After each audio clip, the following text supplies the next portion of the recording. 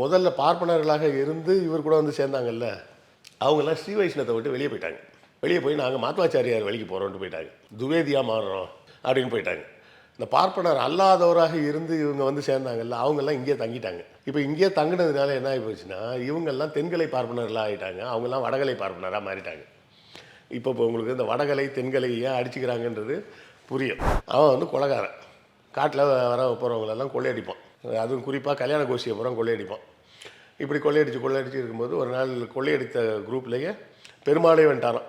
அப்புறமா மனம் திருந்தி நான் பக்தராக மாறுறேன் அப்படின்னு சொன்னோடனே பெருமாள் சொன்னாரான், எனக்கு ஒரு ஸ்ரீரங்கத்தில் ஒரு கோயில் கட்டு அப்படின்னாரான். அவ்வளோ நகைக்கு நான் எங்கே போகிறது, அவ்வளோ பொண்ணுக்கு எங்கே போகிறது அப்படின்னு கேட்டான். நாகப்பட்டினத்தில் புத்த விகாரம் ஒன்று இருக்குது, அங்கே போய் இடித்து அங்கே போய் திருடிட்டு வா, அங்கே ஒரு புத்தர் சிலை இருக்குதுன்னு பெருமாளே சொன்னாரான். நாயக்கர்களுக்கு முன்னாடி கட்டப்பட்ட கோயில்களில் கோயிலுக்கு வெளியே இருந்தே விமானம் தெரியும். ஓகே.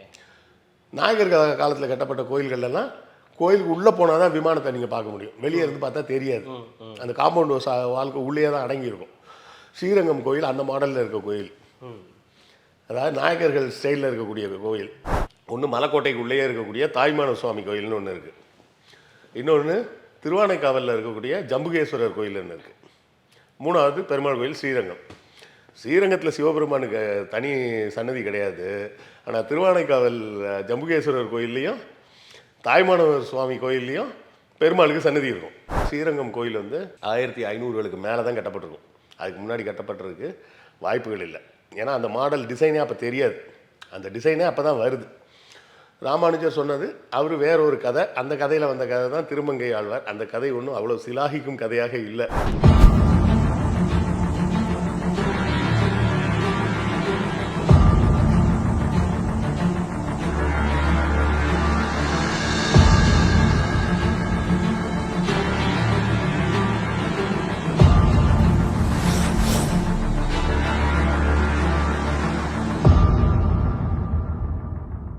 ரெட்ரோலுக்ஸ் நெஞ்சங்களுக்கு வணக்கம். நான் உங்கள் கார்த்திக். இன்றைய வரலாற்று பக்கம் நிகழ்ச்சியில் நம்முடைய இணைந்திருப்பவர் வரலாற்று பகுப்பாய்வாளர் மற்றும் எழுத்தாளர் திரு கிருஷ்ணவேல் டிஎஸ் அவர்கள். வணக்கம் சார். வணக்கம் சார். இந்த வரலாற்று பக்கம் நிகழ்ச்சியில் நம்ம நிறைய பேசியிருக்கோம், நிறைய வரலாறுகள் பற்றி பேசுவோம். அந்த வரிசையில் இன்றைக்கு வந்து பேச விரும்பக்கூடிய ஒரு விஷயம் அப்படின்றது இந்த ஸ்ரீரங்கம் கோவில் வரலாறு.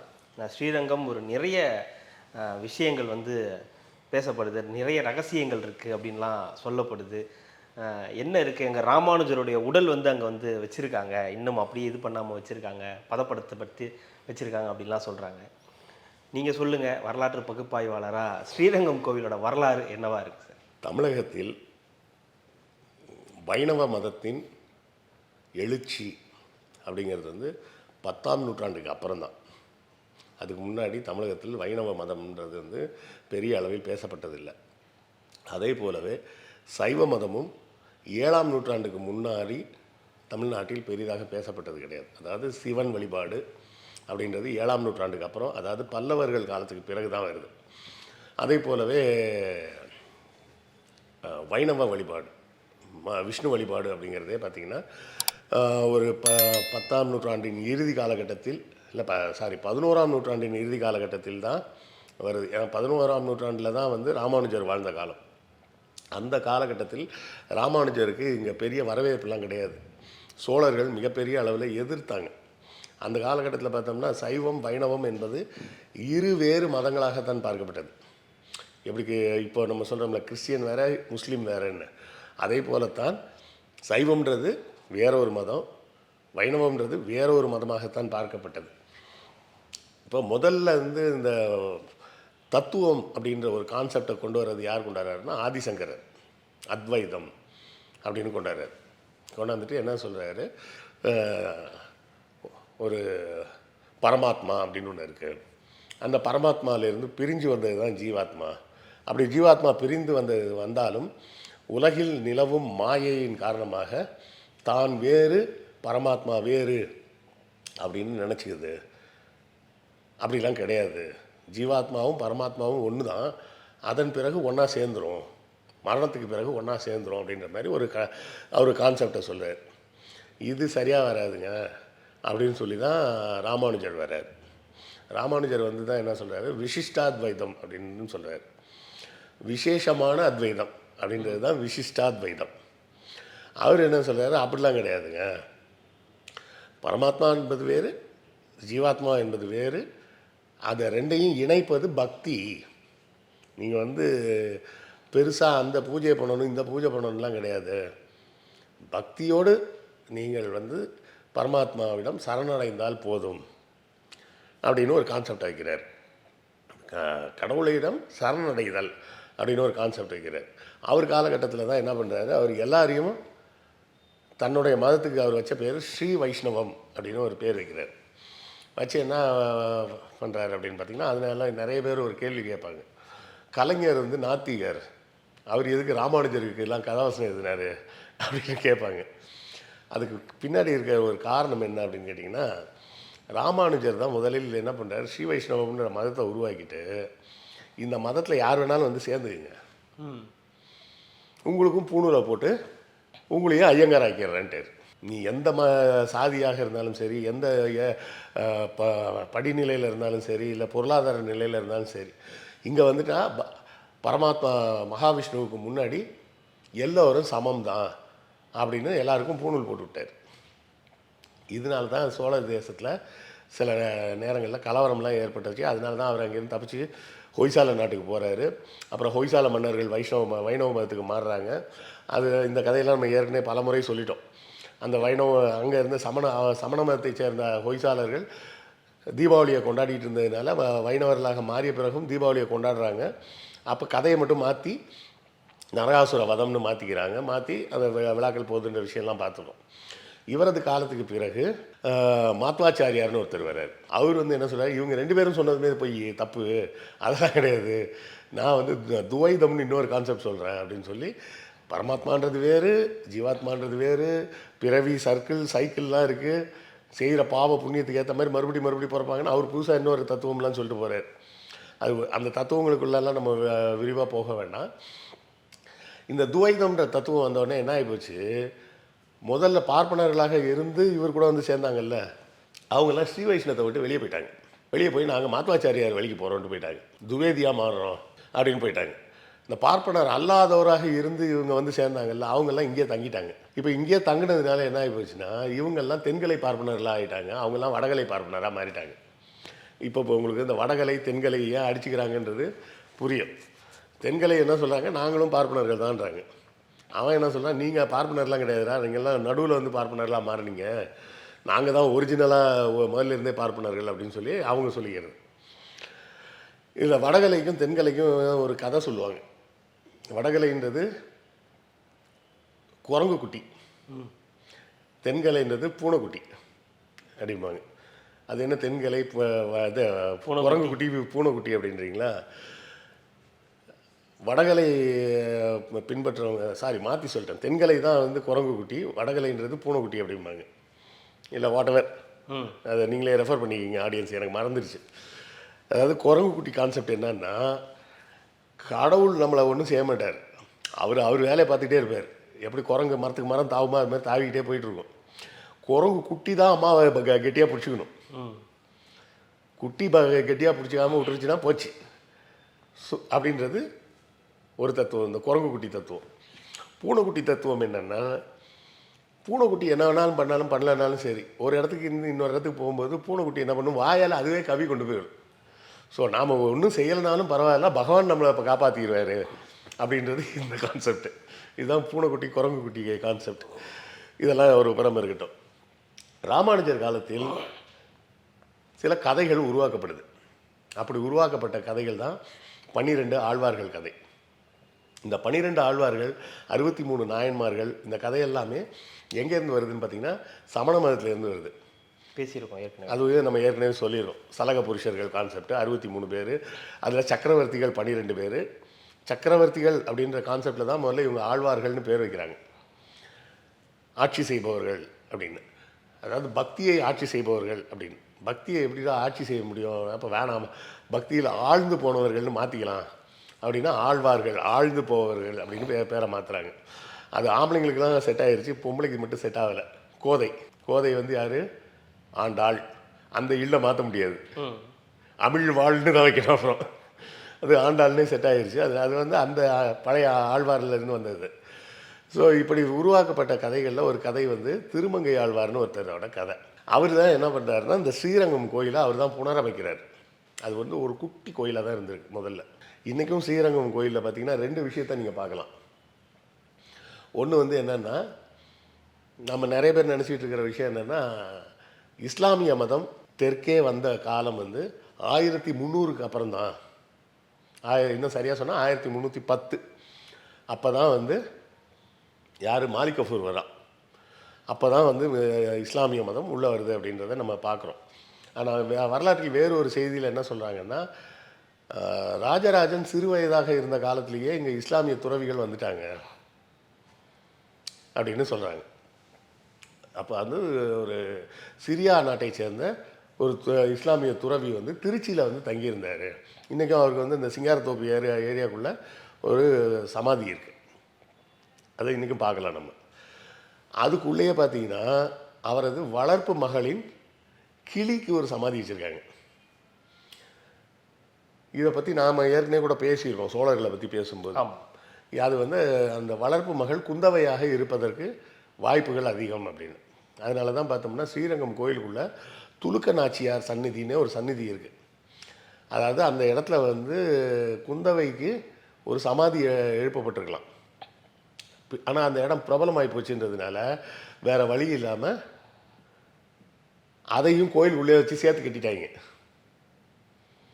அந்த இடத்த இடிக்க முடியலன்ட்டு, இடிக்க முடியாதுன்றப்போ அதையும் சேர்த்து வளர்ச்சி அதுக்கு ஒரு கதையை எதுவும் சொல்லிட்டாங்க. என்ன கதை சொல்லிட்டாங்கன்னா, வட இந்தியாவிலேருந்து ஒரு சுல்தான் இருந்தார். அந்த சுல்தான் வந்து ஸ்ரீரங்கம் கோயிலில் இருந்த பெருமாள் சிலையை தூக்கிட்டு போயிட்டார். அவன் ஏன் சிலையை தூக்கிட்டு போகிறான்? இஸ்லாமியர்கள் எப்போ என்ன பண்ணுவாங்கன்னா, வந்தாங்கன்னா சிலையை இடிச்சிருவாங்க. சிலை வழிபாடு கூடாதுன்னு சொல்லுவாங்க, சிலையை இடிச்சிருவாங்க. சிலையை தூக்கிட்டுலாம் போக மாட்டாங்க. தூக்கிட்டு போய் சரி அவங்க சொல்கிற கதைப்படியே போகும். யாருக்கு என்ன உதாரணம் சொல்கிறேன்னா, டெல்லியில் பார்த்தீங்கன்னா சப்தார்ஜங்னு ஒரு ஏரியா இருக்குது. அங்கே தான் வந்து குதுப் மினார் இருக்குது. நான் நேராகவே போய் பார்த்துருக்கேன். அதுக்கு உள்ளே பார்த்தீங்கன்னா கிபி 4ஆம் நூற்றாண்டை சேர்ந்த குப்தர்கள் காலத்து கோயில் ஒன்று இருக்குது அந்த வளாகத்துக்குள்ளேயே. அந்த கோயிலை என்ன பண்ணியிருக்காங்க, இஸ்லாமியர்கள் படையெடுத்து வந்தப்போ குறிப்பாக குத்புதீன் ஐபக் காலத்தில் அப்போ தான் அந்த குதுப் மினார்னு கட்டப்பட்டது. என்ன பண்ணுங்க, அந்த கோயிலை சுத்தமாக தரமட்டமாக இடிக்கலை, செதைச்சிட்டாங்க. செதைச்சி அதை இஸ்லாமிய வழிபாட்டு தலமாக மாற்றிடுறாங்க. அங்கே ஒரு ஸ்பெஷலாக ஒரு இரும்பு தூண் ஒன்று இருக்கும். நம்ம கோயில்களில் பார்க்குறோம்ல கொடிமரம்னு சொல்கிறோமே, அது மாதிரி ஒரு தூண் ஒன்று நிற்கும். முழுக்க முழுக்க இரும்பால் செய்யப்பட்டது. வெட்ட வெளியில் தனியாக நிற்கும். ஒரு பிட்டு துரும்பு கூட இருக்காது, துரு கூட இருக்காது. நீங்கள் இப்போ இந்த வீடு கட்டுறதுக்கு அந்த டிஎம்டி கம்பிலாம் வாங்குறாங்கல்ல, கட்டிட்டு மிச்சம் இருக்க கம்பியை தூக்கி மொட்டை மாட்டில் ஒரு ஓரமாக போட்டிருப்பாங்க. ஒரு மாதம் கழிச்சு போய் பாருங்கள், ப்ரௌன் கலராக இருக்கும். வாங்கினப்போ கருப்பாக இருக்கும், துரு பிடிச்சிருக்கோம். அப்புறமா அந்த ஒரு மாதத்துலேயே துரு பிடிச்சிரும். இது நான் சொல்கிறது சுமார் 1600 வருஷத்துக்கு முன்னாடி செஞ்சு வச்ச தூண். இன்னமும் அப்படியே இருக்குது, ஒரு பிட்டு கூட துரு பிடிக்கலை. அதில் பிரிட்டிஷ்காரன் என்ன பண்ணியிருக்கான், இதில் எப்படி செஞ்சாங்கன்னு பார்ப்போன்னு ஒரு பீஸை வந்து கட் பண்ணி சாம்பிளுக்கு எடுத்துருக்கிறான். நல்ல இந்த சைஸுக்கு ஒரு சாம்பிள் எடுத்துருக்கிறான். அந்த இடம் மட்டும் துரு பிடிச்சிருக்கு. மற்ற எந்த இடத்துலையும் துருவே கிடையாது. வெட்ட வெளியில் வெயிலில், அதுவும் டெல்லி எப்படி இருக்குன்னா, மழை பெஞ்சா ஓவர் மழை பெய்யும், குளிர் அடித்தா ஓவராக குளிரும், வெயில் அடித்தா ஓவராக வெயில் அடிக்கும். அப்படி இருக்கிற சூழல்லையே அது கொஞ்சம் கூட எந்த இடத்துலையும் துருவே கிடையாது, அப்படியே நிற்கிது. அந்த இடத்துல என்ன பண்ணியிருக்காங்கன்னா, தூணில் சிலைகள் இருக்கும்ல, அந்த சிலைகளோட முகத்தை மட்டும் உடைச்சிருக்காங்க. சிலை அப்படியே இருக்கும், முகத்தை மட்டும் உடைச்சிருக்கிறாங்க. மற்றபடி சரியாக உடைக்க முடியும்னா அதை மொத்தமாகவே செதுக்கிட்டாங்க. இந்த கார்னர் ஜாயிண்ட் ஆகக்கூடிய ஒரு ஸ்கொயர் வரும்ல, அந்த ஸ்கொயரை இடிச்சுட்டு அதுக்கு மேலே டூம் மாதிரி கட்டி வச்சுருக்காங்க. கட்டி வச்சு அதை வழிபாட்டு தலமாக வச்சு பயன்படுத்தியிருக்காங்க. இப்போ அது கிடையாது. ஸோ அப்படி தான் பண்ணுவானே தவிர சிலையெல்லாம் தூக்கிட்டு போக மாட்டான். ஆனால் இவங்க கதைப்படி சுல்தான் வந்து சிலையை தூக்கிட்டு டெல்லிக்கு போயிட்டான். அப்புறம் மக்கள்லாம் வந்து இது மாதிரி ஸ்ரீரங்கத்தில் சிலையே இல்லைன்னு சொல்லிட்டு என்ன பண்ணுறதுன்னு தெரிலன்னு ராமானுஜர்கிட்ட முறையிட்டோடனே ராமானுஜர் இங்கேருந்து கிளம்பி டெல்லிக்கு போய் சுல்தான்கிட்ட கேட்குறாரு. சுல்தான் வந்து சரி பரவாயில்ல கொடுத்துட்றேன் அப்படின்னாராம். அப்போ வந்து என்ன ஆயிடுச்சா, அந்த இளவரசி வந்து கொடுக்க மாட்டேன்னு அழுவ ஆரம்பிச்சாலாம். ஏன்னா அவளுக்கு அந்த சிலை ரொம்ப பிடிச்சி போய் அதுக்கு அதை டெய்லி பூஜையெல்லாம் பண்ணிகிட்டு இருந்தா கதை. ஒரு முஸ்லீம் இளவரசி வந்து சிலைக்கு வழிபாடு பண்ணிகிட்டு இருக்கிறான்னு சொன்னால் ராஜா கொண்டு போயிரு. அது முகலாயர் காலத்தில் கொஞ்சம் மாறிடுச்சு, குறிப்பாக அக்பர் காலத்தில் ரொம்பவே மாறிடுச்சுன்னு வச்சிங்களேன். அக்பர் வந்து அவர் தன்னுடைய மனைவி ஜோதாபாய்க்கு அவரோட அந்தப்புறத்தில் கிருஷ்ணர் கோயிலே கட்டி கொடுத்தாரு. ஏன்னா அவர் கல்யாணம் பண்ண 32 ராணிகளில் 12 பேர் ரஜபுத்திர இந்து ராணிகள். அவங்க எல்லோரும் கும்பிட்றதுக்கு தனியாக கிருஷ்ணர் கோயிலே கட்டி கொடுத்துட்டாருன்னு வச்சுக்கிங்க. அதெல்லாம் பின்னாடி. ஆனால் முதல்ல இருந்த சுல்தான்கள் காலத்துலலாம் அப்படிலாம் கிடையாது, ரொம்ப கடுமையாக இருந்தவர்கள். ஆனாலும் அது ஒரு கதை சொல்லி அப்புறம் அவர் இந்த சிலையை எடுத்துகிட்டு வந்தார். வந்து நைட்டு அந்த நதிக்கரையில் வச்சு படுத்துக்கிட்டு இருந்தார். அப்போ கனவுல வந்து சொல்லிட்டாராம் பெருமாள், நீ துலுக்கநாச்சியார் ஒரு சன்னதி அங்கே வச்சாதான் நான் வருவேன், இல்லைன்னா நான் வரமாட்டேன், இங்கேயே நான் இருந்துருவேன் அப்படின்னாராம். அதனால ஸ்ரீரங்கத்தில் துலுக்கநாச்சியார் சன்னதின்னு ஒன்று வச்சாருன்னு ஒரு கதை சொல்லுவாங்க. இது கதை தான். ஏன்னா ராமானுஜர் வாழ்ந்த காலம் 11ஆம் நூற்றாண்டு, 1000லேருந்து 1100 வரை உள்ள காலகட்டத்தில் தான் அவர் வாழ்ந்தது. இவர் யார், சுல்தான்கள் படையெடுத்து வந்தது 1300க்கு அப்புறம் தான். அதில் கூட முதல்ல வந்தது மாலிக் கஃபூர் மட்டும்தான் வந்தானே தவிர வேறு எந்த சுல்தானும் நேராலாம் வரல. ஸோ இது முழுக்க முழுக்க கதை. ஸோ அப்படி பார்க்க போனால் குந்தவை நாச்சியாரோட சமாதின்ற கிளைம் வேணால் மேட்ச் ஆகிறதுக்கு வாய்ப்பு இருக்குது. உடனே வந்துடுவாங்க, ஐயோ குந்தவை நாச்சியார் இதை முஸ்லீம்ட்டாண்டார். அடங்குங்கிறாரு. எந்த ராஜாவுக்கும் முதல்ல வந்து சாதி கிடையாது, மதம்லாம் கிடையாது, எதுவுமே கிடையாது. எல்லா ராஜாவும் என்ன உண்டுன்னா அதிகாரம் மட்டும்தான் உண்டு. சரியா? அதிகாரம் தான் மெயின். அவுரங்கசீப் கோயில் அடிச்சாருப்பாங்க. அவுரங்கசீப் மசூதி அடிச்சிருக்காரு தெரியுமா? பிஜாப்பூர் சுல்தானிட்ட படையெடுத்து வரும்போது அங்கேருந்து மசூதியெலாம் இடிச்சிட்டாரு. இந்த வழிபாட்டு தலங்களை இடிப்பது எதுக்காக அப்படின்னா அந்த பகுதியில் வாழக்கூடிய மக்களுக்கு ஒரு அச்சத்தை கொடுக்கறதுக்கு. ஏன்னா அந்த வழிபாட்டு இடம்ன்றது வந்து அவனுக்கு மனசுக்கு நெருக்கமான ஒரு விஷயம். அதை இடிச்சிட்டிங்க, ஏற்கனவே படையெடுத்து வந்திருக்காங்கன்ற ஒரு அச்சம். கோயிலில் போய் முறையிடலான்னு பார்த்தா கோயிலும் இல்லைன்னா என்ன பண்ணுறது அப்படின்ற விஷயந்தான். இது இருக்குது பாருங்கள், நம்ம சிருங்கேரி மடம், சங்கராச்சாரியார் மடம். அந்த மடத்தை இடித்தது யார்? பார்ப்பன பேஷ்வாக்கள் தான் இடித்தாங்க. ஏன்னா அந்த மடம் வந்து திப்பு சுல்தான் ஏரியாவுக்குள்ளே இருக்குது. ஸோ அவங்க அப்போ பார்ப்பன பேஷ்வாக்கள் வந்து இது ஒரு இந்து இடம்னு பார்த்தானா? பார்க்கல. அவனை பொறுத்தவரை வந்து அது திப்பு சுல்தான் இடத்துல இருக்கிற ஒரு வழிபாட்டு தலம். இடித்து கொள்ளையடி, அப்புறம் அதுக்கு ரிப்பேர் பண்ணுறதுக்கும் நஷ்டஈடு செலவு காசு கொடுத்தது திப்பு சுல்தான் தான் கொடுக்குறாரு. ஸோ இதை மதத்தையும் அரசர்களையும் அடையாளப்படுத்துவதுன்றதே முட்டாள்தனமான விஷயம். அரசர்களை பொறுத்தவரை அதிகாரம் தான் அவங்கள பொறுத்தவரை. ராஜராஜ சோழன் எவ்வளோ பெரிய வீரம் தெரியுமா? அவனோட வீரத்துக்கு ஈடு இணையே இல்லை அப்படிமா. அதுதான் தமிழரின் வீரம் அப்படிம்பாங்க. சரிடா, அது தமிழர் வீரம். அவன் முதல்ல தோக்கடிச்சது யார்? அமரபுஜங்கன்னு ஒரு பாண்டியன் தானே, அவன் தமிழன் இல்லையா? அப்போ அவன் அமரபுஜங்கனின் தோல்வின்றது தமிழரின் தோல்வின்னு நீ சொல்லுவியா?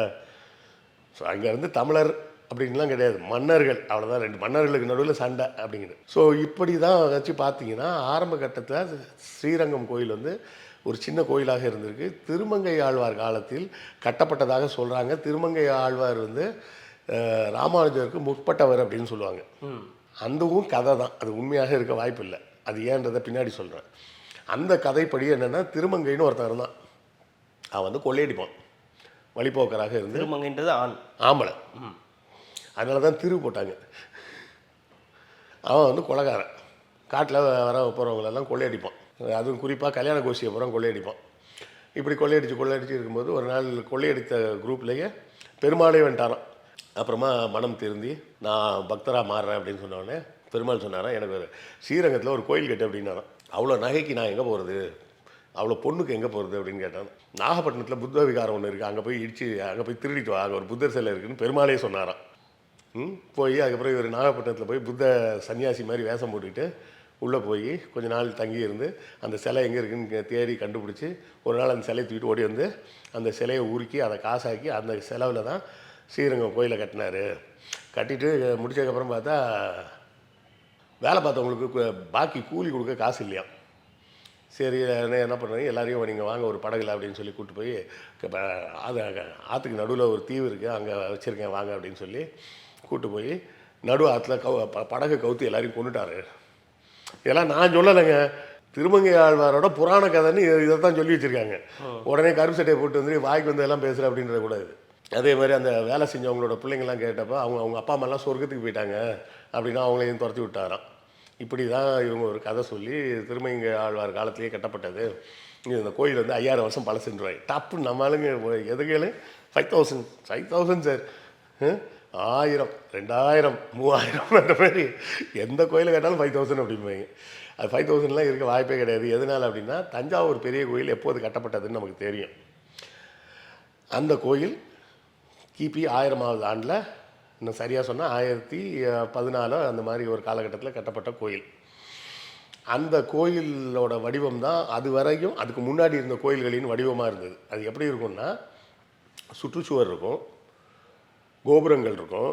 அந்த கோபுரங்கள் சின்னதாக இருக்கும், நடுவில் கருவறை இருக்கும், கருவறைக்கு மேலே ஒரு கூரை இருக்கும்ல, அதை விமானம்னு சொல்லுவாங்க. அந்த விமானம் வந்து உயரமாக இருக்கும். நீங்கள் கோயிலுக்கு வெளியே இருந்து பார்த்தீங்கனாலே இந்த விமானம் தெரியும். அதுதான் பழைய மாடல்.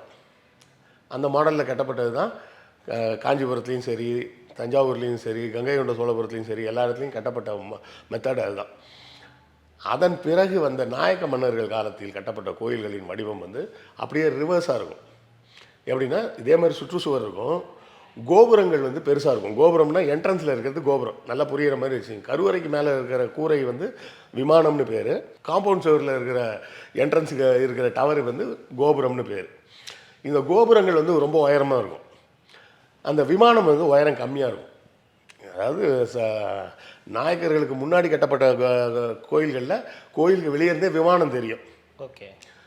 நாயக்கர் காலத்தில் கட்டப்பட்ட கோயில்கள்லாம் கோயிலுக்கு உள்ளே போனால் தான் விமானத்தை நீங்கள் பார்க்க முடியும், வெளியே இருந்து பார்த்தா தெரியாது. அந்த காம்பவுண்டு வாழ்க்கை உள்ளே தான் அடங்கியிருக்கும். ஸ்ரீரங்கம் கோயில் அந்த மாடலில் இருக்க கோயில், அதாவது நாயக்கர்கள் ஸ்டைலில் இருக்கக்கூடிய கோயில். அந்த கோயில் ஸ்ரீரங்கமாக இருக்கட்டும், நம்ம திருவண்ணாமலை கோயிலாக இருக்கட்டும், மதுரை கோயிலாக இருக்கட்டும், இது எல்லாமே இந்த மாடலில் தான் இருக்கும். ஸோ இதெல்லாம் நாயக்கர் மன்னர்கள் காலத்தில் கட்டப்பட்ட கோயிலாகத்தான் இருக்க வாய்ப்பு இருக்குது. நாயக்க மன்னர்கள் காலத்துக்கு அப்புறம் பார்த்தீங்கன்னா ஒரு விஷயத்தை நீங்கள் கவனிக்கலாம். இந்த நாயக்க மன்னர்கள் தெலுங்கு பேசுகிற மன்னர்கள் மட்டும் இல்லை, வைணவ மன்னர்கள். அதுக்கு முன்னாடி இருந்தவங்க பல்லவர்கள், சோழர்கள்லாம் சைவ மன்னர்கள், சைவ மதத்தை சார்ந்தவர்கள். அப்போ அவங்க முதல்ல ஒரு கோயிலை கட்டிட்டு போயிட்டாங்க. அதன் பிறகு வந்த நாயக்க மன்னர்கள் வைணவர்களில் என்ன பண்ணுறாங்க, பெருமாளுக்கு தனித்தனியாக கோயிலை கட்டுறாங்க. ஸ்ரீரங்கம், ஸ்ரீவில்லிபுத்தூர், இப்படி பல இடங்களில் அவங்க கோயிலெலாம் கட்டுறாங்க. மற்ற இடத்துல ஏற்கனவே எஸ்டாப்ளிஷ்டு கோயில் இருக்குல்ல, ஆமாம், நெல்லையப்பர் கோயில், சிதம்பரம், திருவண்ணாமலை, இந்த மாதிரி எஸ்டாப்ளிஷ்டு கோயில் இருக்குல்ல, இந்த கோயிலில் என்ன பண்ணுறது, மக்கள்லாம் போகிறாங்க, பெருசாக வேறு இருக்குது, உள்ளே ஒன்றும் பண்ண முடியாது. சிதம்பரம் கோயிலில் என்ன பண்ணுவீங்க நீங்கள்? அதனால் என்ன பண்ணிட்டாங்க, சிதம்பரம் கோயிலில் ஒரு அனெக்ஷர் ஒன்று வச்சுட்டாங்க, அடிஷ்னல் ஆஃபீஸ் மாதிரி. தில்லை கோவிந்தன் அப்படின்னு இன்னும் உள்ளே கொண்டாந்து ஒன்று வச்சுருவாங்க. அதேமாதிரி திருநெல்வேலியில் பார்த்திங்கன்னா நெல்லை கோவிந்தன் ஒன்று இருக்கும். இப்படி ஒவ்வொரு கோயில், அதாவது எல்லா சிவன் கோயில்லையும் பார்த்தீங்கன்னா பெருமாளுக்கு ஒரு அனெக்ஷர் இருக்கும். ஆமாம். ஆனால் எந்த பெருமாள் கோயில்லையும் சிவனுக்கு அனெக்ஷர் இருக்காது. ஸ்ரீரங்கம் கோயிலுக்குள்ளே எங்கேயாவது ஒரு தனியாக ஒரு லிங்கம் வச்சுருக்காங்களா? ஸ்ரீரங்கம் லிங்கேஸ்வரர் அந்த மாதிரிலாம் ஒரு பேரை கொடுத்து அது மாதிரி இருக்காது. ஏன்னா அவங்க கடைசியாக வந்த மன்னர்கள்ன்றதுனால அதோட முடிஞ்சு போச்சு. அதோட நாயக்க மன்னர்களோட எல்லாம் முடிஞ்சு போய் அப்படியே நேராக கிழக்கு இந்திய கம்பெனி அப்படியே டெவலப் ஆகி போயிடுச்சு. ஸோ இப்போது அதுதான் அந்த விஷயம். எல்லா பெருமாள் கோயில்லையும் பார்த்தோம்னா ஒரு சிவனுக்கு தனியான ஒரு சன்னதி இருக்காது.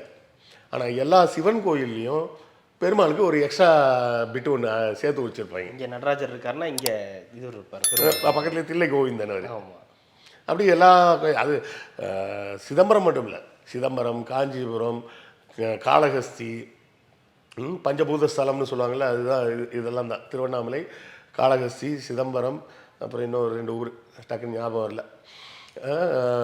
எல்லா அந்த பஞ்சபூத ஸ்தலத்துலையுமே பார்த்திங்கன்னா பெருமாளுக்கு ஒரு அனெக்ஷர் இருக்கும். ஆனால் எந்த ஒரு பெருமாள் கோயில்லையும் உள்ள சிவன் கோயிலை சிவனை கொண்டு எக்ஸ்ட்ரா வச்சுருக்க மாட்டாங்க. அது கேட்டால் அதுக்கு ஒரு கதை சொல்லுவாங்க. சிவன் வந்து அவர் பரம ஏழையாக பிச்சை எடுக்கக்கூடியவர், சுடுகாட்டில் சுற்றுறவர், அதனால் அவரை கும்பிட்டா நம்மளும் அது மாதிரி ஆகிடுவோன்னு சொல்லி பெருமாளை கும்பிட்றவங்க இப்படி கதை விட்டுக்கிட்டு இருப்பாங்க.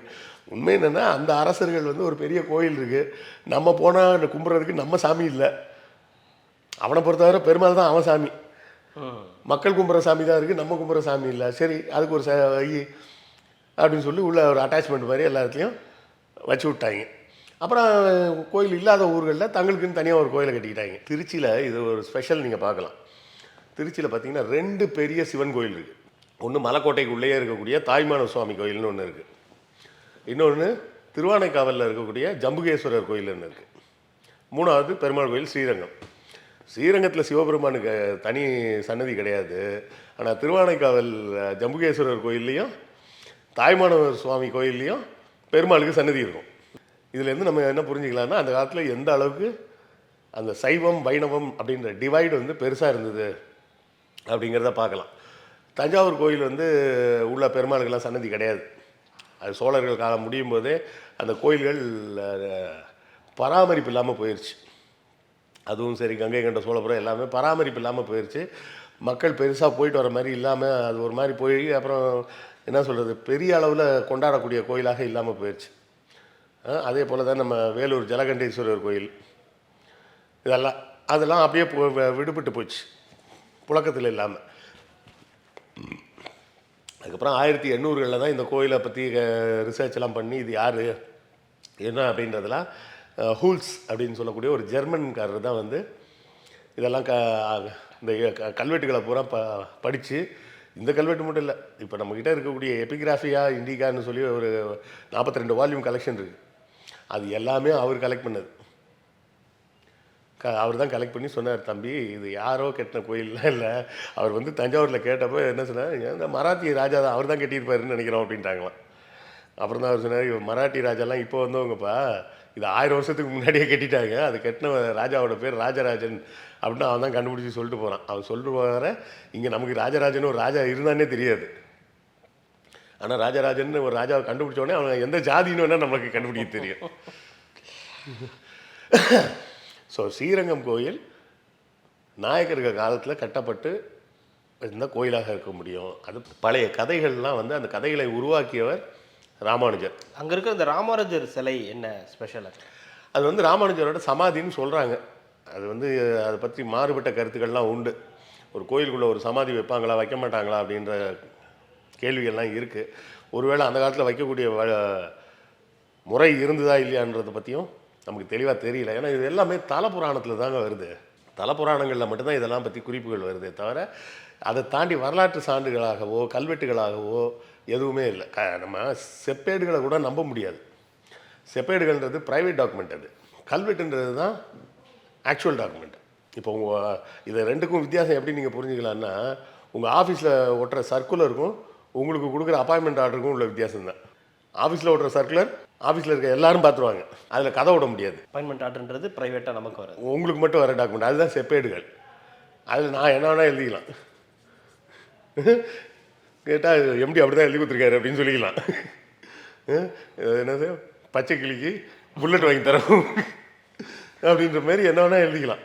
அது செப்பேடுகள். அது செப்பேடுகள் எல்லாம் நம்ப முடியாது. கல்வெட்டுகள் தான் வந்து ஆத்தென்டிக் டாக்குமெண்ட்ஸாக பார்க்கலாம். ஏன்னா அது பப்ளிக் இப்போ நான் தான் சிம்பிளாக புரிகிற மாதிரி சொன்னால் சர்க்குலர், இல்லை இன்னும் சிம்பிளாக சொல்கிறேன் கவர்மெண்ட் போடுற ஜிஓ மாதிரி எல்லா ஆஃபீஸ் வாசல்லையும் இந்த ஒட்டி வச்சுருவாங்க. அதனால் பார்த்த உடனே தெரிஞ்சுக்கலாம் இது பப்ளிக் டாக்குமெண்ட்டு, இதை வந்து யாரும் பொய் சொல்ல முடியாது.